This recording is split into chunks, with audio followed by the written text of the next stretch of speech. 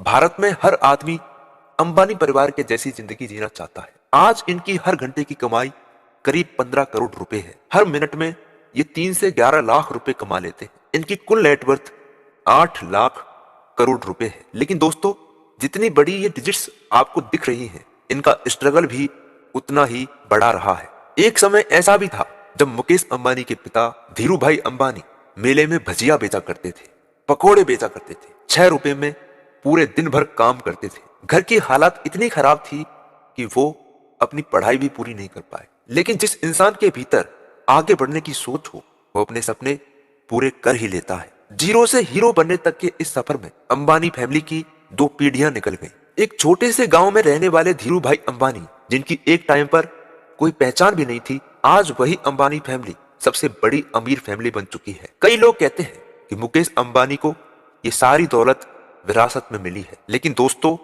ये केवल आधा सच है। रियल फैक्ट ये है कि जिस वक्त मुकेश अंबानी के पिता धीरू भाई अंबानी की डेथ हुई थी, उस वक्त उनकी टोटल प्रॉपर्टी केवल 3.9 बिलियन डॉलर थी और आज उनकी टोटल प्रॉपर्टी 8 लाख करोड़ से ऊपर है। उस वक्त धीरू भाई अंबानी दुनिया के 138 में सबसे रिचेस्ट पर्सन थे, सबसे अमीर व्यक्ति थे, और आज मुकेश अंबानी 18 में सबसे अमीर आदमी है। दोस्तों, मुकेश अंबानी को अपने पिता धीरू भाई अंबानी से अगर कुछ मिला है तो वो है सक्सेस के मूल मंत्र। अब बात कर लेते हैं दोस्तों इनकी स्ट्रगल स्टोरी के बारे में। तो मुकेश अंबानी के पिता धीरू भाई अंबानी जब गुजरात से मुंबई आए थे तो उनके पास केवल 500 रुपए ही थे। 500 रुपए और अपनी समझ से वो अरबपति बन गए। साल 1966 में अंबानी ने नारोदा में अपनी पहली टेक्सटाइल मिल की स्थापना की थी और इसी मिल ने अंबानी की किस्मत बदल दी थी। महज 1 साल और 2 महीने में अंबानी ने 10,000 टन पॉलीएस्टर यान स्थापित करने में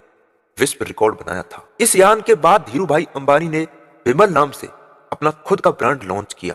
1976 में धीरू भाई अंबानी की जो कंपनी 70 करोड़ रुपए की थी, वो साल 2002 में 75,000 करोड़ रुपए की हो गई और रिलायंस ऐसा करने वाली पहली भारतीय कंपनी बन गई। दोस्तों, इस वक्त मुकेश अंबानी स्टैनफोर्ड यूनिवर्सिटी में इंजीनियरिंग की पढ़ाई कर रहे थे। केमिकल इंजीनियरिंग में बीए की डिग्री प्राप्त करने के बाद मुकेश अंबानी स्टैनफोर्ड यूनिवर्सिटी से एमबीए करना चाहते थे, लेकिन उनके पिता धीरू भाई अंबानी ने उनकी पढ़ाई बीच में ही रुकवा दी। इसके बाद साल 1981 में मुकेश ने अपने पिता के साथ मिलकर रिलायंस लिमिटेड की शुरुआत की, जिसे अभी रिलायंस कम्युनिकेशन लिमिटेड के नाम से भी जाना जाता है। जब मुकेश अंबानी ने कंपनी ज्वाइन की थी तो उन्हें नई फैक्ट्री और मैन्युफैक्चरिंग यूनिट सेटअप करने पड़े, लेकिन ये काम इतना आसान नहीं था क्योंकि उस समय भारत में सरकारी नीतियां और बिजनेस इंफ्रास्ट्रक्चर बहुत कमजोर थे। और 6 जुलाई 2002 को दिल का दौरा पड़ने की वजह से धीरू भाई अंबानी की मृत्यु हो गई और ये मुकेश अंबानी के लिए जीवन का सबसे कठिन दौर था। धीरू भाई अंबानी के निधन के बाद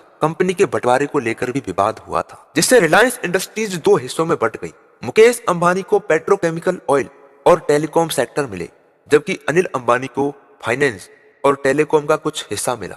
टेलीकॉम इंडस्ट्री में आने का फैसला मुकेश अंबानी के लिए सबसे बड़ा जोखिम था। 2016 में रिलायंस जियो लॉन्च हुआ, लेकिन इसके लिए उन्होंने करीब 10 साल तक संघर्ष किया और अरबों डॉलर का निवेश किया। शुरुआत में लोग इसे लेकर संशय में थे, लेकिन जियो ने पूरे देश में इंटरनेट क्रांति ला दी। दोस्तों, मुकेश अंबानी ने रिलायंस को सिर्फ पेट्रोलियम और पेट्रोकेमिकल तक ही सीमित नहीं रखा है, बल्कि इसे telecom, e commerce, energy, technology और रिटेल सेक्टर में भी सबसे आगे ला दिया है। आप देखिए, रिलायंस जियो आज भारत की सबसे बड़ी टेलीकॉम कंपनी है। रिलायंस रिटेल सबसे बड़ी रिटेल चेन है।